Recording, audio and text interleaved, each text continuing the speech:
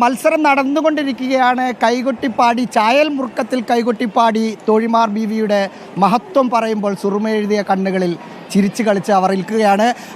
മത്സരങ്ങൾ തുടർന്നുകൊണ്ടേയിരിക്കുന്നു. ഒന്നാം വേദിയായ MT നിളയിൽ നിറഞ്ഞു കവിഞ്ഞ സദസ്സിന് മുമ്പിലാണ് ഇവരുടെ മത്സരങ്ങൾ നടന്നുകൊണ്ടിരിക്കുന്നത്. കഴിഞ്ഞ ദിവസങ്ങളിൽ നിന്നൊക്കെ വ്യത്യസ്തമായി നിറഞ്ഞു കവിഞ്ഞ ഒരു സദസ്സ്. ഈ സദസ്സിൽ കളികൾ ഒപ്പന കളി കഴിഞ്ഞ് ഞങ്ങൾ കളിച്ചതിനേക്കാൾ ബെറ്ററായിട്ടാണോ മറ്റു ടീമുകൾ കളിക്കുന്നതെന്നൊക്കെ നോക്കാൻ വേണ്ടി കുറേ തോഴിമാരുമുണ്ട് ഇവിടെ ഇരിപ്പുണ്ട്. ആ തോഴിമാരുടെ കൂടെ നിങ്ങളുടെ കൂടെ ഉണ്ടായിരുന്ന മണവാട്ടി എവിടെ?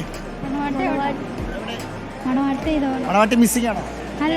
അവിടെ മണവാട്ടി ഉണ്ട്. നിങ്ങൾ കളിച്ചതുപോലെയാണോ അതിനേക്കാൾ നന്നായാണോ ബാക്കിയുള്ളവർ കളിക്കുന്നത്? അത് കാണാൻ വന്നിരിക്കുമല്ലേ? എങ്ങനെയുണ്ട്?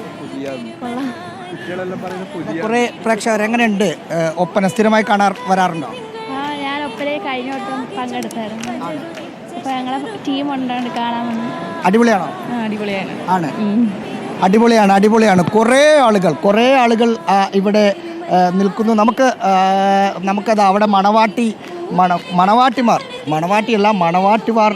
നിരവധി ഇവിടെ ഇരിക്കുന്നു. നമ്മൾ നേരത്തെ പറഞ്ഞതുപോലെ അവരെക്കാൾ നല്ല പെർഫോമൻസ് ആണോ മറ്റുള്ളവർ കാഴ്ചവെച്ചത് എന്ന് അറിയാനായിരിക്കും. ഒരു ക്ഷീണിച്ച് തളർന്ന് ഒരു മണവാട്ടി നിൽക്കുന്നുണ്ട്.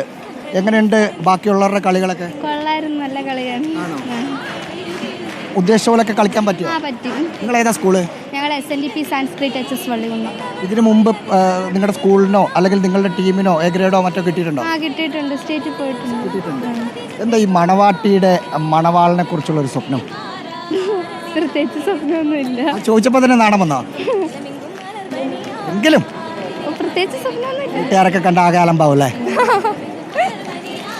സുജാതാണ്. സ്വപ്നമൊക്കെ ഉണ്ട്, പക്ഷെ ആ സ്വപ്നം പറഞ്ഞാൽ ചിലപ്പോൾ അലമ്പാകാനുള്ള സാധ്യതയുണ്ട്.